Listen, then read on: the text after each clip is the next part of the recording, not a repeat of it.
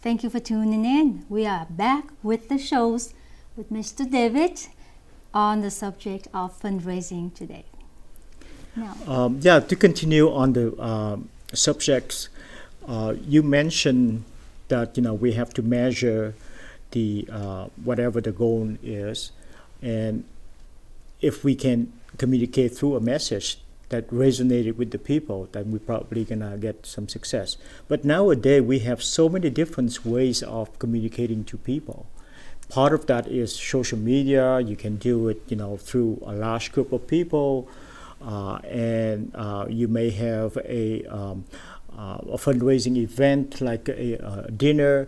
So could you give us a little bit concrete on what you have in mind in terms of how to get the message out to the people, and how the message is going to be resonated with with the people who are willing to donate? Sure. Well, look what we're doing right now. We're using technology to communicate with the world. Absolutely, yes, yes. I mean, we got this beautiful building behind us, right? The real value in technology, in my opinion, is the ability to reach the world. Right. And it's not just people that are in Las Vegas that we're going to be reaching out to. It literally is the world. Mm-hmm. How many people visit Las Vegas? Right. Over 40 million people. Right, absolutely. Right? Yes. We are a destination for the world. And there's no reason we cannot market to the world to get them to get excited about supporting the faith community in Las Vegas. Right, right. I don't know the statistics, but do we have an idea as to how many people actually from Vietnam visit Las Vegas? Well, we have, according to my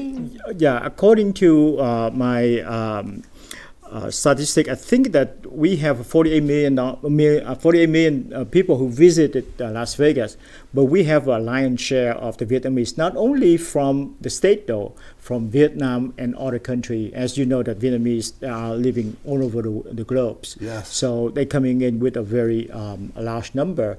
In fact, that every month we have at least one set of or a few set of buses that go through Las Vegas, that only Vietnamese people who are actually visiting Vegas and other places that around Vegas. So in fact, we have a bus that coming in next month, early April, right. At least 50, 60 people that is coming from our neighboring state, California, to visit So it is very, very, we share a lion's share of the visitors.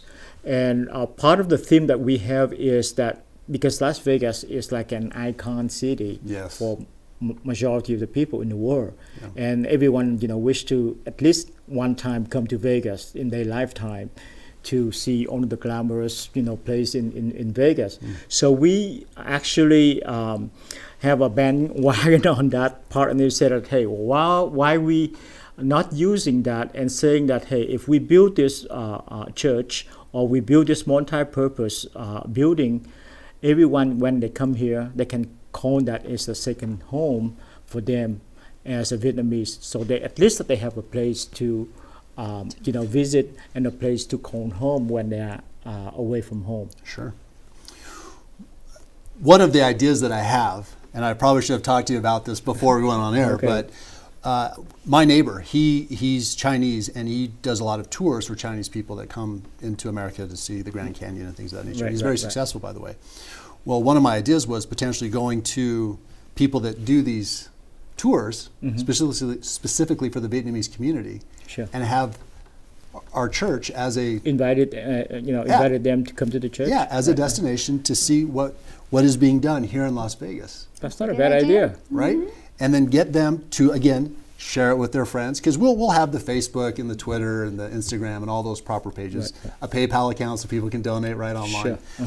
But show them the vision. Let them see what the Vietnamese community is doing here in Las Vegas, so they can take that back home and be a part of this story. So when their children come to Las Vegas, they can see their parents' name in this, right? Yes. This is, it's not about the money. it's about doing something that's bigger than who we are as individuals. And when we can provide an opportunity for people to come to Las Vegas and see all the good shows, but they can also see what the people do that actually run this town, that make it happen. They can see where our spiritual centers are. Right, right. That's something that they can take home and share with their friends and family. And they'll support that. Because what is Las Vegas known as? Sin City.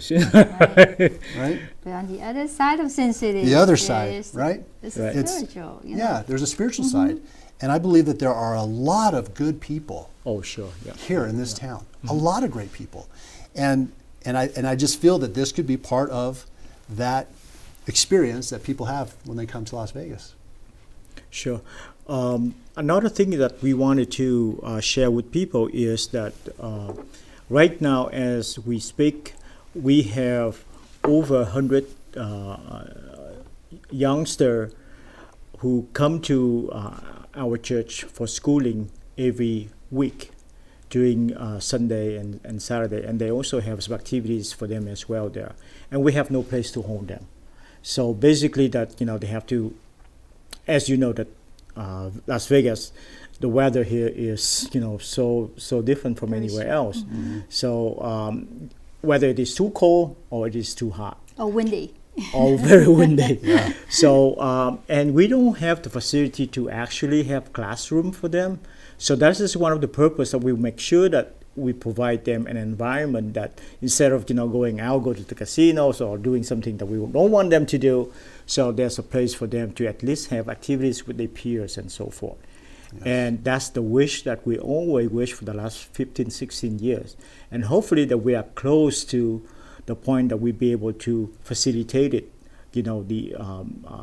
at least at some place for them to coming in and have at least a decent place for them to study, whether it is the Vietnamese languages or the language or other activities that group activities, which they have it on a regular basis every Sunday. Right. And every time, or every Sunday when I come into church, I see groups of hundreds of children scattering all over the place, either from the front of the church, on the back of the church, back of the church, right. A little bit in the chapel, and then some of them is scattering even in the kitchen, because there's no place for them. There's not enough classroom for them to hold activities and to study.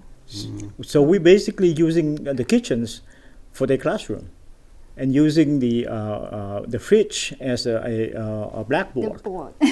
Yeah. So that is hopefully that we can achieve our goal to make sure we provide a good environment for them to have the activities held there. I grew up and I was taught a very specific saying: fix it up, wear it out, make it do, or do without.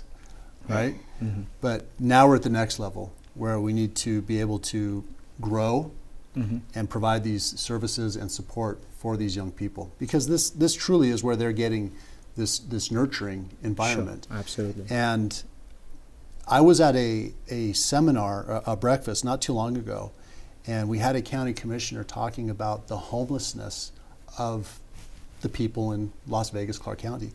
But they even spoke about the youth homelessness.